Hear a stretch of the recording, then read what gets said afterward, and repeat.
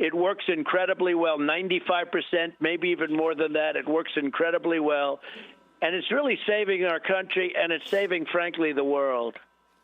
So, Mr. President, I know that you received the vaccine. Mrs. Trump also got the vaccine. Would you recommend to our audience that they get the vaccine then?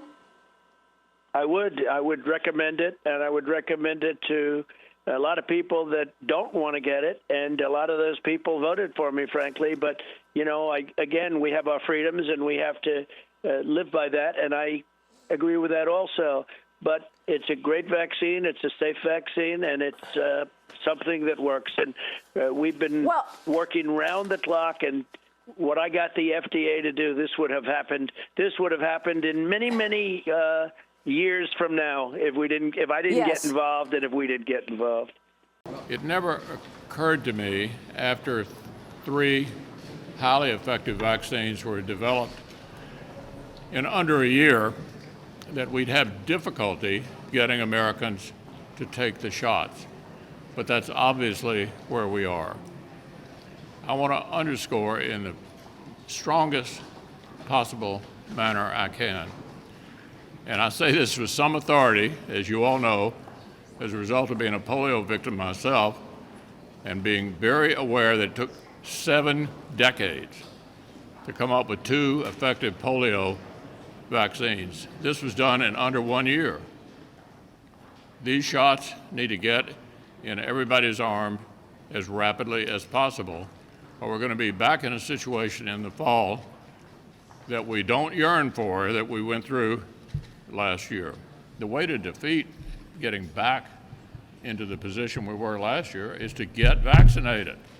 This is not complicated. 97% of the people who are in the hospital now for COVID are unvaccinated. So if there's anybody out there willing to listen, get vaccinated. It is not at all unclear that the way to avoid getting back in the hospital is to get vaccinated. I want to encourage everybody to do that and to ignore all of these other voices that are giving demonstrably bad advice. Hey, Madam President. Senator from South Carolina. Thank you. Good to see you back. Good to be back. Thank you for the inquiries about my well-being to all my colleagues. I appreciate the good wishes and the phone calls and the food, and I made it. I think the worst is behind me. I want to reinforce a simple message. If you haven't been vaccinated regarding the COVID problem, you need to get vaccinated. I've been vaccinated, and I got COVID anyway. A couple of really bad days, but I'm doing better, and I feel on the mend, and I'm confident if I hadn't had the vaccine, it'd have been a lot worse. So in my state, about 50% of the people are still unvaccinated. Just for your own good and the good of our state, I would urge you to consider getting vaccinated. I think the vaccine is safe, and it works, and it certainly, I'm glad I had it, and the sooner we can get to herd immunity through vaccinations and other means, the better off we'll be. By the end of this week, we will have distributed more than 800,000 vaccines across Texas. By the end of this month, there will be more than 1 million vaccines distributed across the state of Texas. Then in the coming months, in January and February, the number of vaccines will just continue to increase. We want to make sure that people in the state of Texas can have trust and confidence in this vaccine. Along those lines, there was a report that came out recently that showed that more than half of Texans were either unwilling or unsure about taking the vaccine because maybe of some concerns about it.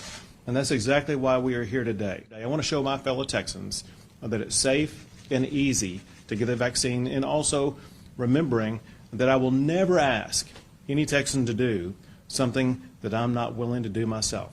So I'm going to step up, I'm going to take the vaccine and show you everything's going to be just fine.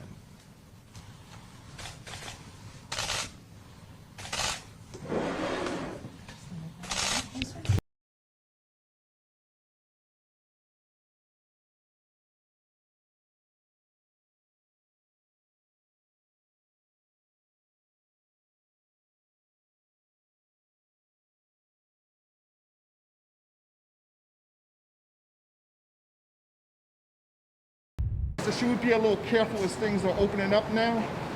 Well, look, it's encouraging to see the vaccinations that are going out. I think we're in the process of moving beyond this pandemic, and I think the whole country is ready to do that.